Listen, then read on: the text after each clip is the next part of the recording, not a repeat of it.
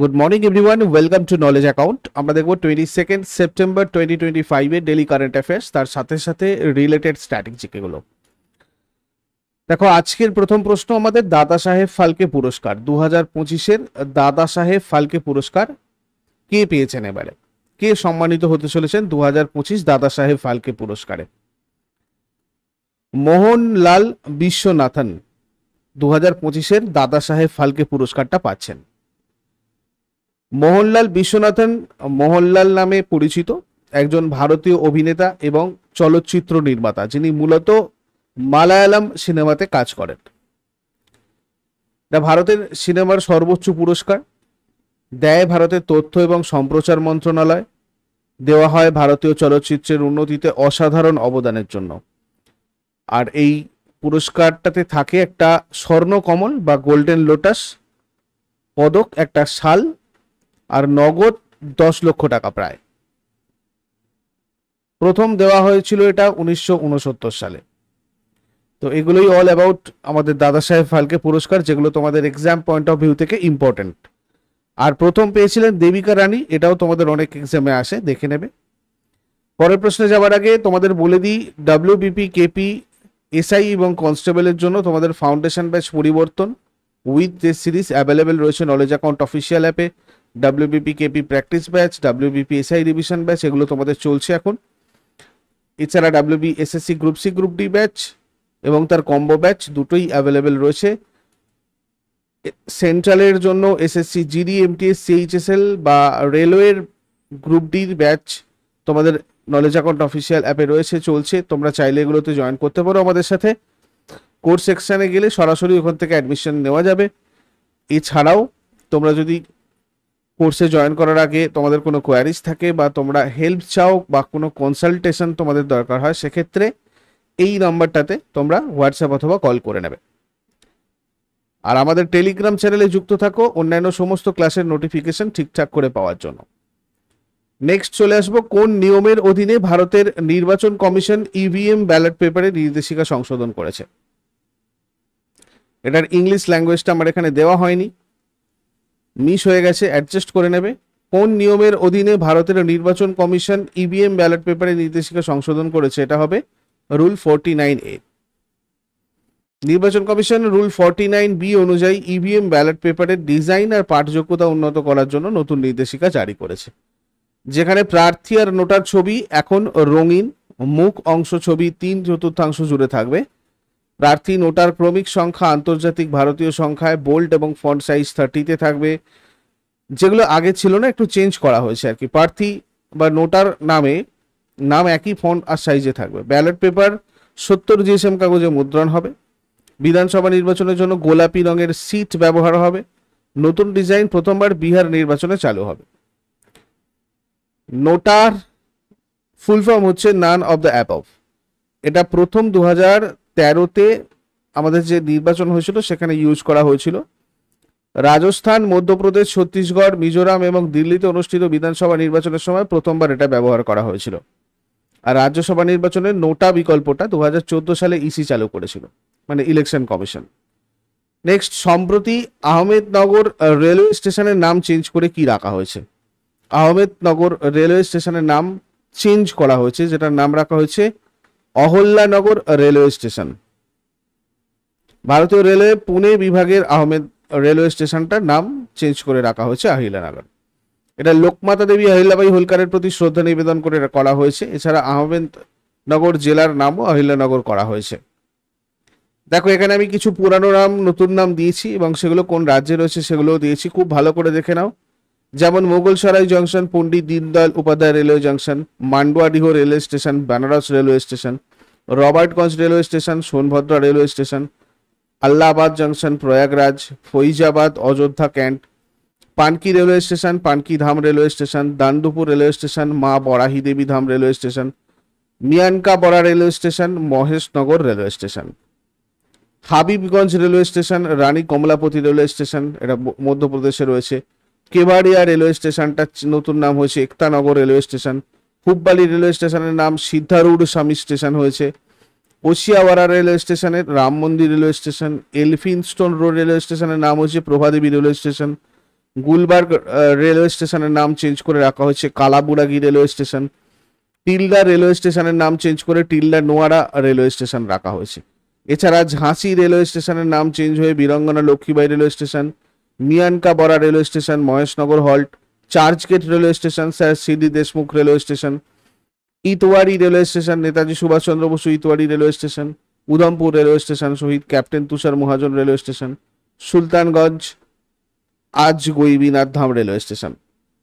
পরের প্রশ্ন, পলি metallic sulphide অনুসন্ধানের জন্য বিশ্বের প্রথম লাইসেন্স কোন দেশকে দেওয়া হয়েছে? ভারতকে দেওয়া হয়েছে পলিমেটালিক সালফাইড অনুসন্ধানের জন্য বিশ্বের প্রথম লাইসেন্স। সমুদ্রের তলদেশে পাওয়া একটা দামি খনিজ এটা পলিমেটালিক সালফাইড। এতে থাকে তামা, দস্তা, লোহা, সোনা, রূপা। গরম খনিজ সমৃদ্ধ তরল যখন সমুদ্রের মেঝেতে বের হয় তখন এগুলো জমে তৈরি হয়। ভারত কার্লসবাগ রিজে এগুলো খুঁজতে আন্তর্জাতিক সমুদ্রতল কর্তৃপক্ষ থেকে অনুমতি পেয়েছে। এগুলো খুব দামি ধাতু, মোবাইল, কম্পিউটার আর রিনিউয়েবল এনার্জি প্রযুক্তি বানাতে কাজে লাগে। কার্লসবাগ রিজ এটা ভারত মহাসাগরে, মানে আরব সাগর প্লাস উত্তর পশ্চিম ভারত মহাসাগর অ্যাকচুয়ালি ওই জায়গাটায় রয়েছে। এর আয়তন প্রায় 3 লক্ষ বর্গ কিলোমিটার। ভারতীয় আর আরবীয় টেকটনিক প্লেটের সীমানা এখানেই তৈরি হয়েছে। রডরিক্স দ্বীপ থেকে ওয়েন ফ্র্যাকচার জোন পর্যন্ত এটা রয়েছে। আর আইএসএ মানে হচ্ছে আমাদের মানে আন্তর্জাতিক সমুদ্রতল কর্তৃপক্ষ। এটা 1982 সালে প্রতিষ্ঠিত হয়েছিল আর 1996 সালে থেকে কাজকর্ম শুরু হয়। সদর দপ্তর জামাইকার কিংস্টনে রয়েছে। মানব জাতির কল্যাণের জন্য গভীর সমুদ্রতলে খনিজ কার্যকলাপ নিয়ন্ত্রণ করে এটা, এবং এর মেম্বার কান্ট্রি রয়েছে 170টা। দেরাদুনের গ্রাফিক এরা বিশ্ববিদ্যালয়ে কৃত্রিম বুদ্ধিমত্তা, দক্ষতা উন্নয়ন এবং উদ্ভাবনের জন্য উৎকর্ষ কেন্দ্রের উদ্বোধন কে করেছেন? তা করেছেন জিতেন্দ্র সিং। কেন্দ্রীয় মন্ত্রী জিতেন্দ্র সিং দেরাদুনের গ্রাফিক এরা ইউনিভার্সিটিতে একটা centre of excellence for AI skill development and innovation উদ্বোধন করেন। এর আয়তন 1.5 লাখ বর্গফুট। এতে রয়েছে উত্তরাখণ্ডের প্রথম Nvidia AI and HPC hub. এর খরচ প্রায় 10 কোটি টাকারও বেশি। স্বাস্থ্য, কৃষি, পরিবেশ, স্মার্ট সিটি, উন্নত শিল্প এগুলোতে ফোকাস করা হয়েছে। অ্যাপল আর ইনফোসিসের সাথে একটা অ্যাপেল আইওএস ডেভেলপমেন্ট সেন্টার স্থাপন করা হয়েছে। ভারতের প্রথম জেনারেটিভ এআই রেডি ক্যাম্পাস দ্বারা পরিচিত। কোন ব্যাংকে এজেন্সি ব্যাংক হিসেবে জিএসটি পেমেন্ট সংগ্রহের জন্য ভারতের প্রথম সম্পূর্ণ মালিকাধীন সহায়ক সংস্থা হিসেবে আরবিআই দ্বারা অনুমোদিত করা হয়েছে? DBS bank India.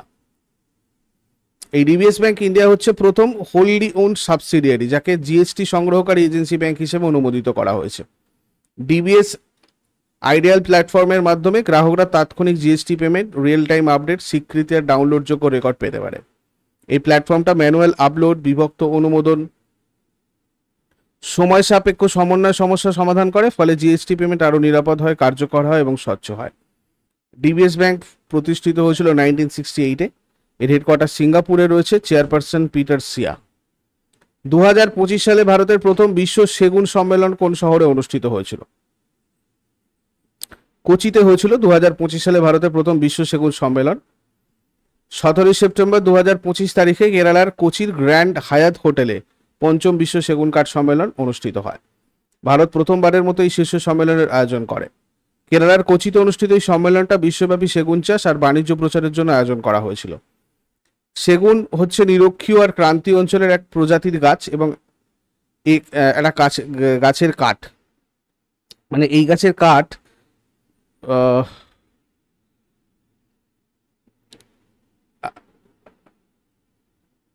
আচ্ছা এই জায়গাটা তোমরা একটু চেঞ্জ করবে। সেগুন নিরক্ষীয় ক্রান্তীয় অঞ্চলের একটা প্রজাতির গাছ। আর সেগুন গাছ একটা বৃহৎ পর্ণমোচী পাতাঝরা উদ্ভিদ যেটা শক্ত কাঠের মিশ্র বনভূমিতে বেশি দেখা যায়। সেপ্টেম্বর 2025-এ জল প্রতিবন্ধকতা অতিক্রম যাচাই করার জন্য ভারতীয় সেনার মহড়ার নাম কি? এক্সারসাইজ জল শক্তি। সেপ্টেম্বর 2025-এ ভারতীয় সেনাবাহিনীর প্রথম আর্মার্ড ডিভিশন পাটিয়ালা পাঞ্জাবে এক্সারসাইজ জলশক্তি পরিচালনা করেছে। এই মহড়ার মাধ্যমে জল প্রতিবন্ধকতা অতিক্রম করার ক্ষমতা বাস্তব পরিস্থিতিতে যাচাই করা হয়েছে। মহড়ার লক্ষ্য ছিল নদীভিত্তিক ভূখণ্ডে যান্ত্রিক আর আর্মার্ড বাহিনীর গতিশীলতা এবং অপারেশনাল প্রস্তুতি উন্নত করা। তারপরে মার্কিন প্রেসিডেন্ট ডোনাল্ড ট্রাম্পের স্বাক্ষরিত একটি ঘোষণাপত্র অনুযায়ী H-1B ভিসা কর্মসূচির আবেদনকারীর জন্য নতুন কি ফি চালু করা হয়েছে? প্রতি ভিসার জন্য বার্ষিক $1,00,000। মার্কিন প্রেসিডেন্ট ডোনাল্ড ট্রাম্প নতুন নিয়মে সই করেন। নতুন ফি এইটা $1,00,000 বছরে প্রতি কোম্পানির আবেদন ফি। বিদেশি কর্মীর সংখ্যা কমানো, শুধু অত্যন্ত দক্ষ বিদেশি কর্মী মার্কিন যুক্তরাষ্ট্রে আসতে পারে সেটা নিশ্চিত করা, যাতে তারা সহজে আমেরিকান কর্মী দ্বারা প্রতিস্থাপনযোগ্য না হয়। নেক্সট, বৈশ্বিক বন সংরক্ষণের জন্য প্রস্তাবিত একটি বহুপাক্ষিক তহবিল প্রক্রিয়া ট্রপিক্যাল ফরেস্ট ফরএভার ফ্যাসিলিটিতে বিনিয়োগ ঘোষণা করার প্রথম দেশ কোনটা হবে? ব্রাজিল। ব্রাজিল বিশ্বব্যাপী বন সংরক্ষণের জন্য একটা বহুপাক্ষিক তহবিল প্রক্রিয়া ট্রপিক্যাল ফরেস্ট ফরএভার ফ্যাসিলিটিতে বিনিয়োগ ঘোষণা করার প্রথম দেশ হতে চলেছে।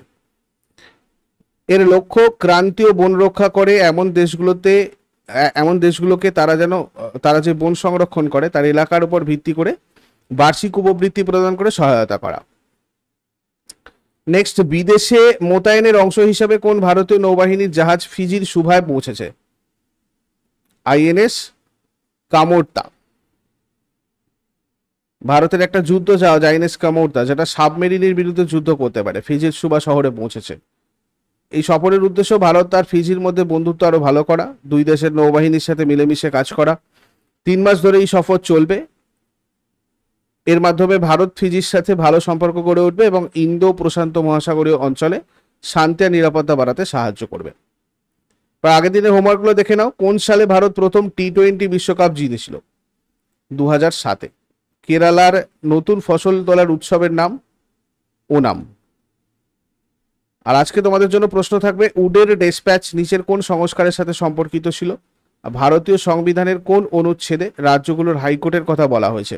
শেষকালে কমেন্টে জানাও চট করে। আগের দিনের গুলো কুইক রিভাইজ করে নেবো। যারা লাইভে রয়েছে অ্যান্সার করার চেষ্টা করবে। 21 সেপ্টেম্বর 2025 এর কোয়েশ্চেন্স কি ছিল? দাবায় বিহারের প্রথম মহিলা ফাইট মাস্টার কে হয়েছেন? মারিয়াম ফাতিমা। 2025 সালের আগস্ট মাসের আইসিসির সেরা মহিলা খেলোয়াড় কে হয়েছেন? ওরলা প্রেন্ডারগাস্ট। 2025 সালে আগস্ট মাসের আইসিসি পুরুষদের সেরা খেলোয়াড় কে হয়েছেন? মোহাম্মদ সিরাজ। ছত্রপতি সম্ভাজি মহারাজকে উৎসর্গীকৃত হিন্দুভূষণ মূর্তিটা কোথায় নির্মিত হচ্ছে? পুনে। স্বাস্থ নারী সশক্ত পরিবার অভিযান, এই অভিযানের প্রধান লক্ষ্য কি? মহিলাদের আর শিশুদের স্বাস্থ্যসেবা শক্তিশালী করা। আসামের গুয়াহাটিতে অনুষ্ঠিত বিমস্টেক ইয়ং লিডার সামিটের দ্বিতীয় সংস্করণটা কে উদ্বোধন করেছিলেন? Lakshman Prasad Acharya. Rocket dreams Musk Bezos and the inside story of the new $1 trillion space race এর লেখককে? এটা লিখেছেন ক্রিশ্চিয়ান ডেভেনপোর্ট। দাপান টেলস ফ্রম কাশ্মীর কনফ্লিক্ট বইটার লেখককে? ইপসিতা চক্রবর্তী। বিহারের রাষ্ট্রীয় গোকুল মিশনের অধীনে প্রধানমন্ত্রী নরেন্দ্র মোদী কোথায় একটি সেক্স সর্টেড সিমেন্ট সুবিধার উদ্বোধন করেছেন? পূর্ণিয়া।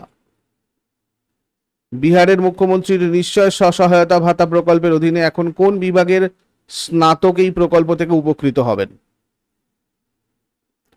কলা, বিজ্ঞান এবং বাণিজ্য বিভাগের বেকার পুরুষ আর মহিলা স্নাতক। জাপানিজ এনসেফেলাইটিস কি ঘটিত রোগ? ভাইরাস ঘটিত রোগ। কোন সংস্থা যৌথভাবে স্বচ্ছতা হি সেবা 2025 প্রচারণা শুরু করেছে? আবাসন আর নগর বিষয়ক মন্ত্রণালয় এবং পানীয় জল আর স্যানিটেশন বিভাগ।